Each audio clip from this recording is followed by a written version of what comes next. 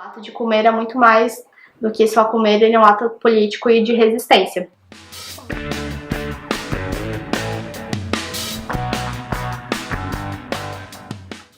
Oi, eu sou a Lud e esse é o Pantufa de Unicórnio. Hoje eu vou fazer mais um vídeo sobre Chef's Table na nossa série Senta que lá vem história.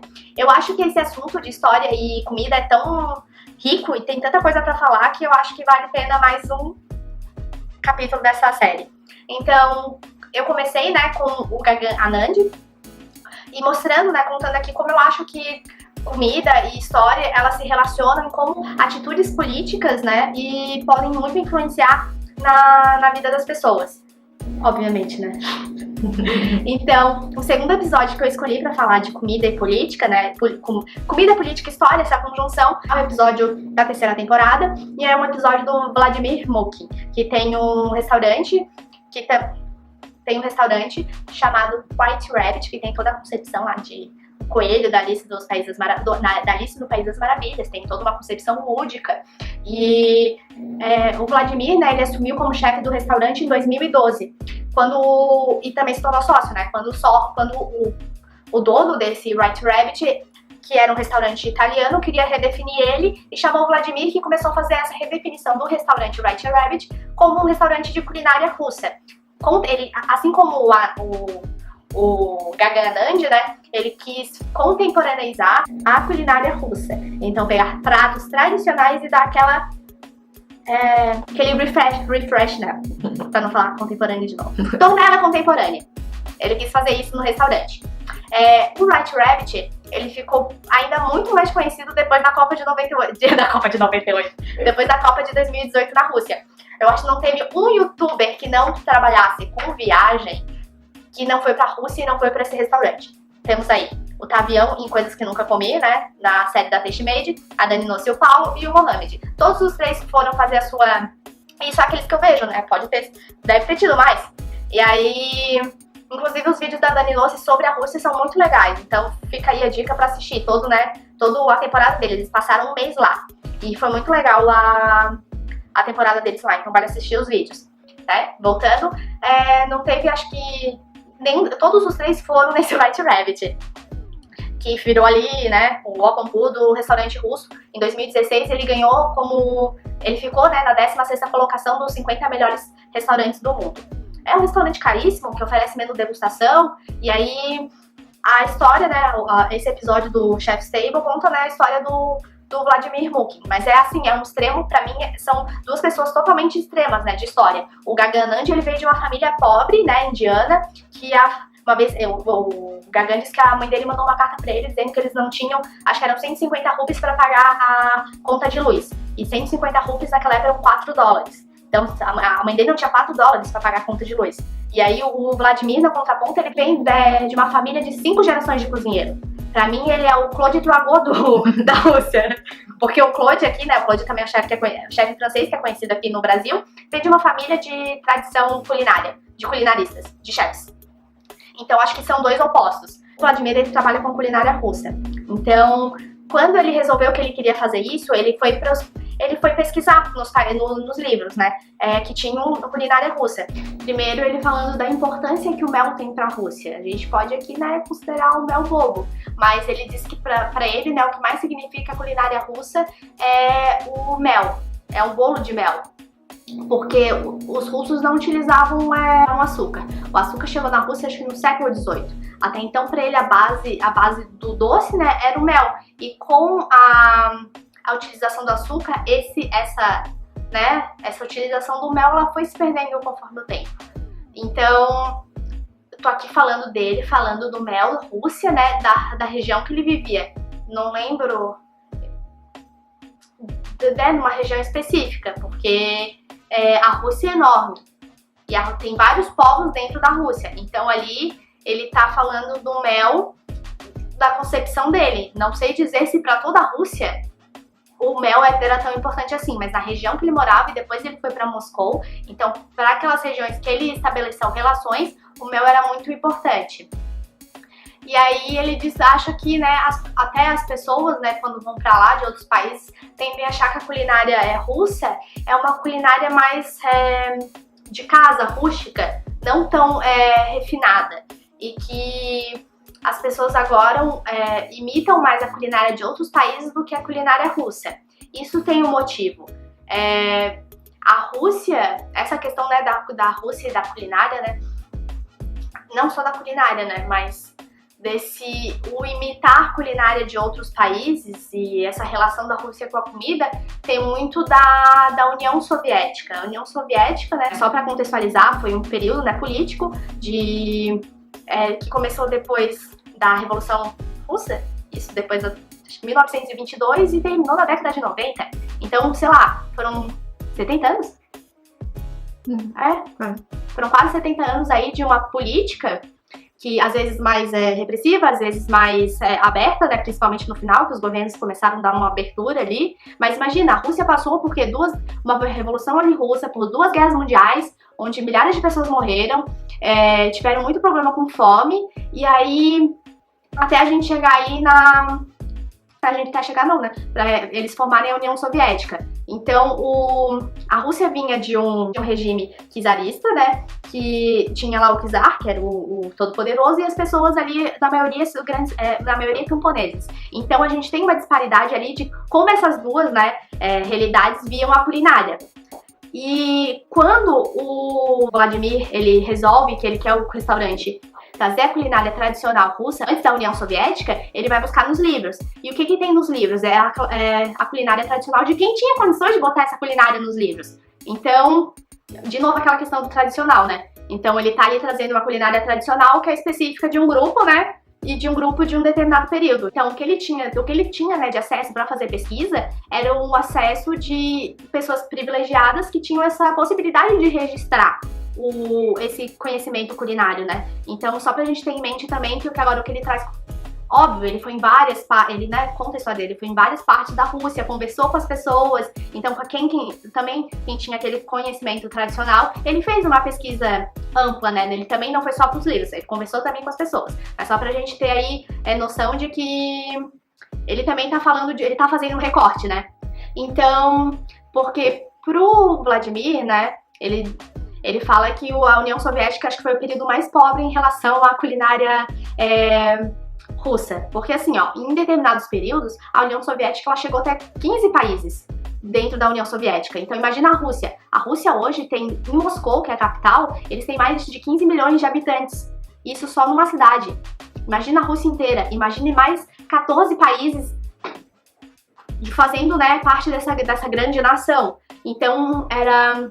Como você vai ali fazer que não tenha conflitos? Não tem como. Então eles tentavam padronizar, tudo tinha lá um padrão, né? Inclusive a comida. Eles utilizavam para trazer esse sentimento de unidade, trazer essa uniformidade, né? Para que eles não tivessem problemas. Óbvio que eles tinham, né? Para tentar minimizar a diferença. Os conflitos, né? Então eles utilizavam, né, como base culinária um livro que é aqui, ó, Comida Saudável e Comida Saborosa e Saudável. Então esse livro ele se tornou uma referência para a culinária da União Soviética. E aí mais uma coisa, né, que a gente já falou no vídeo do Anand. O Vladimir, ele fala que muitas pessoas quando vão para a Rússia, elas pensam no peixe arenque. O arenque lá acho que até tem um prato aqui, só vou ver. A salada de arenque. Ele fala que as pessoas, né, vão pra lá e acham que os restaurantes vão servir sempre a salada de arenque. Ele falou, a salada de arenque veio depois da União Soviética.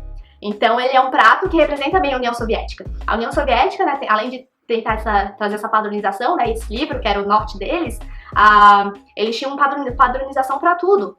Para uniformes, para casas e inclusive para comidas. Então tu tinha ali a classe trabalhadora comendo um grupo restrito de alimentos, né? E só que eles tinham ali dentro dessa União Soviética, além da classe, tinha a classe trabalhadora, mas tinha as pessoas ali que ainda eram consideradas elites. Então eles tinham uma alimentação diferenciada. Mas ainda assim era tudo muito restrito, porque afinal de contas eles se fecharam ali pro comércio, no começo, né, pelo menos. Eles se fecharam pro comércio internacional, então eles tinham que se virar ali com os alimentos que eles tinham. Então, depois da União Soviética, o Vladimir fala que os anos 90 foi assim, os anos de ouro da Rússia. porque foi ali, quando acabou, né, a União Soviética, na verdade um pouco antes, né, os últimos governos eles já estavam ali com uma abertura para o comércio internacional, mas assim, depois que acabou a União Soviética, veio ali as redes fast food, e ele disse que o que se difundiu principalmente da restaurante de culinária italiana, culinária francesa, então, né, o pessoal foi ali se abrindo para o capital estrangeiro. E aí ele disse que foi a época de ouro, realmente, da culinária... Eu aqui coçando o olho. Ele foi uma época de ouro ali, os anos 90, pra culinária francesa, pra culinária russa. E antes dessa, né, só trazendo, antes dessa abertura, né, pros restaurantes internacionais de outros países, tinha muito da resistência. Então, que era propriedade privada, né, eles tornaram propriedade do Estado e eles dividiram ele para as pessoas morarem. Então você tinha vários ali apartamentos, né? E as pessoas dividiam ali, cada família tinha o seu pedacinho, mas tinha uma cozinha e um banheiro coletivo. Então tem muitos ali, tem relatos, né, de que você vivia em constante pressão, porque você não tinha, o único espaço que você tinha privativo era do seu quarto. Então você não podia comentar nada ali na cozinha ou no banheiro, porque que fosse contra o governo, né? Porque podia ter alguém ali espiando e te denunciar. E aí, quando começou essa abertura, eles, né, foram ganhando espaços próprios, com cozinha e com banheiro. Eles começaram até, não só na Rússia, né, mas acho que na Geórgia, em outros países que faziam parte da União Soviética, as pessoas montavam ali pequenos restaurantes clandestinos, né? E eles serviam comida dos seus países originários, né? E não da União Soviética, com essa forma de resistência, né? E pra mostrar ali que eles ainda não tinham aquela culinária em mente.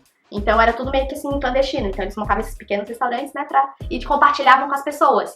Inclusive, acho que, eu não lembro qual foi o país, que hoje ainda tem alguns desses restaurantes. Então tu pode ir lá, desde que tu fique sabendo onde é, né? E vai lá comer nesse restaurante em casa. Então, né, após a década de 90, esse boom, né, das culinárias internacionais na Rússia. Abertura, né? Isso, essa abertura. Então, o Vladimir fala que essa foi a época de ouro para eles. E aí foi nisso que ele se baseou para montar o restaurante dele posteriormente, o White Rabbit. Só mais um exemplo, né, de como a política interna e a externa ela influencia muito na forma que as pessoas comem, né, na alimentação. Em 2014, teve um conflito da Rússia na Ucrânia ocidental, especificamente na região da Crimeia, que é uma região bem estratégica ali para a Rússia. E aí teve mortes e tudo, e acho que foi a Alemanha e os Estados Unidos acusaram a Rússia, né, de todo esse conflito e colocaram neles várias sanções comerciais. E aí o que o Putin fez? O Putin falou, né, que na verdade isso era só uma forma de barrar o crescimento, né, da Rússia, porque eles estavam comendo, porque eles estavam com medo desse desenvolvimento da Rússia, então se não fosse, né, pela Crimeia, eles iam achar um outro motivo para fazer essas sanções à Rússia. E aí o que a Rússia fez? Foi lá e barrou tudo que fosse a entrada de tudo que fosse de outros países na Rússia. Então não podia entrar nada de outro país. Tudo que eles iam ter que fazer ali seria local agora. E aí, no episódio, né, de Masterchef, no episódio de Chef's Table, né, tem várias imagens deles passando em empilhadeira um monte de comida. Queijo, pato, ganso, sei lá, tem um monte de coisa. Eles simplesmente jogaram fora tudo. Quer dizer, tudo não tenho certeza, né? Vai que as pessoas esconderam, mas eu acho que tudo que tava, assim, pra ser vendido, sabe? Em estoque. Acho que provavelmente eles recolheram e jogaram tudo fora. E aí, isso aí eu achei bem babaca da parte dele, na verdade, depois do Vladimir Putin falado, tipo, de uma coisa ruim. Porque aí o Vladimir Putin, que é diferente do Vladimir Putin, o Putin é o chefe. Ele fala, e aí tá, a gente só vai poder trabalhar agora com produto local. Quem é que trabalha com produto local? Euzinho. E aí, tipo, a gente tava na crista da onda. Achei meio babaca ele falar isso. Aí ainda diz, de uma coisa ruim se transformou numa coisa boa. Porra, ele ainda fala que nesse período foi o período que a inflação foi nas alturas. Porque, obviamente, né, se tem pouca oferta de alimento, né, os preços sobem. Então, como é que você tá comemorando ali um negócio se está indo bem e se o resto tá indo mal? Mas enfim, né, ainda assim eu acho que é um episódio importante pra gente falar justamente sobre isso, né, como as políticas afetam a forma que as pessoas, né, o que as pessoas comem. Então, Hoje, né, isso ocasionou, né, diversos transtornos, porque se ele estava na crista da onda, os outros restaurantes que dependiam dos insumos de outros países se ferraram. E até uma vez eu li, né, eu vi, não lembro, de um restaurante que ele foi lá e aprendeu a fazer a própria burrata, porque ele importava burrata da Itália. Então, eu acho que esse episódio, assim como o do Gagan, a gente pode ver como essas políticas internas e externas, e como a história influencia, né?